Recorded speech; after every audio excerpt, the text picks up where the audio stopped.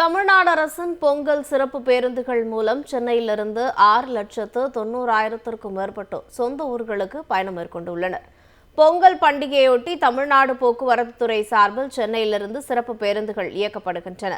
கடந்த 9ஆம் தேதி முதல் நேற்று வரை சென்னையிலிருந்து வெளியூர்களுக்கு 15,762 பேருந்துகளில் 6,90,720 பயணிகள் பயணம் மேற்கொண்டுள்ளதாகவும் 2,73,152 பயணிகள் முன்பதிவு செய்து பயணம் மேற்கொண்டுள்ளதாக தெரிவிக்கப்பட்டுள்ளது.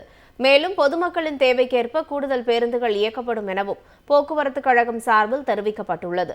பயணிகளின் தேவைக்கேற்ப கூடுதல் பேருந்துகள் இயக்கப்பட்டதால் பயணிகள் சிரமமின்றி பயணம் செய்தனர். மேலும் சிறப்பாக ஏற்பாடு செய்து கொடுத்த தமிழ்நாடு அரசுக்கு பயணிகள் நன்றி தெரிவித்துள்ளனர். ஊருக்கு போகிறேன். இந்த நேரத்தில் நம்ம இந்த பஸ் ஸ்டாண்டுக்கு வந்த பிறகு பார்த்தா நிறைய கூட்டம் இருந்தது. எப்படி ஊருக்கு போக முடியும்னு நினச்சோம்.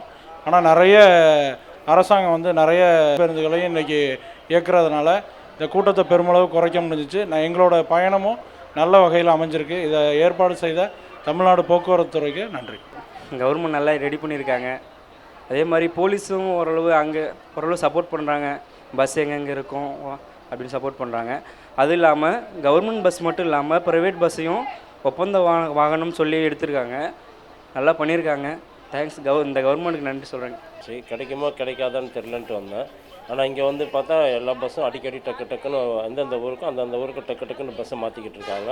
ஒன்றும் பிரச்சனை இல்லை. நல்லா நிம்மதியாக போகிறதுக்கு, சேஃப்டியாகவும் போகிறதுக்கு பிரச்சனை இல்லாமல் போகிறோம். இப்போ நான் யோசிச்சுக்கிட்டு இருந்தேன்னா ட்ரெயினில் போயிருந்தாலோ இல்லை வேறு எதுலையாவது போயிருந்தாலும் ரொம்ப கஷ்டப்பட்டுருப்பேன். அடிக்கடி பஸ்ஸும் இருக்குது, பின்னாடி பஸ்ஸும் இருக்குது. ஒன்றும் பிரச்சனை இல்லை சார். நிம்மதியாக போய்கிட்டு இருக்கோம். பஸ்ஸு கிடைக்குமா கிடைக்காதுன்னு பயந்துகிட்டே வந்தோன்னே பஸ்ஸு கிடச்சிச்சு. ரொம்ப சந்தோஷம். தனியார் பஸ்ஸு கூட எடுத்து மக்களுக்காக கவர்மெண்ட்டு சேவை செய்கிறாங்க. ரொம்ப சந்தோஷம். சொந்த ஊர் பள்ளப்பட்டி. சிஎம் சாருக்கு ரொம்ப வாழ்த்துக்கள்.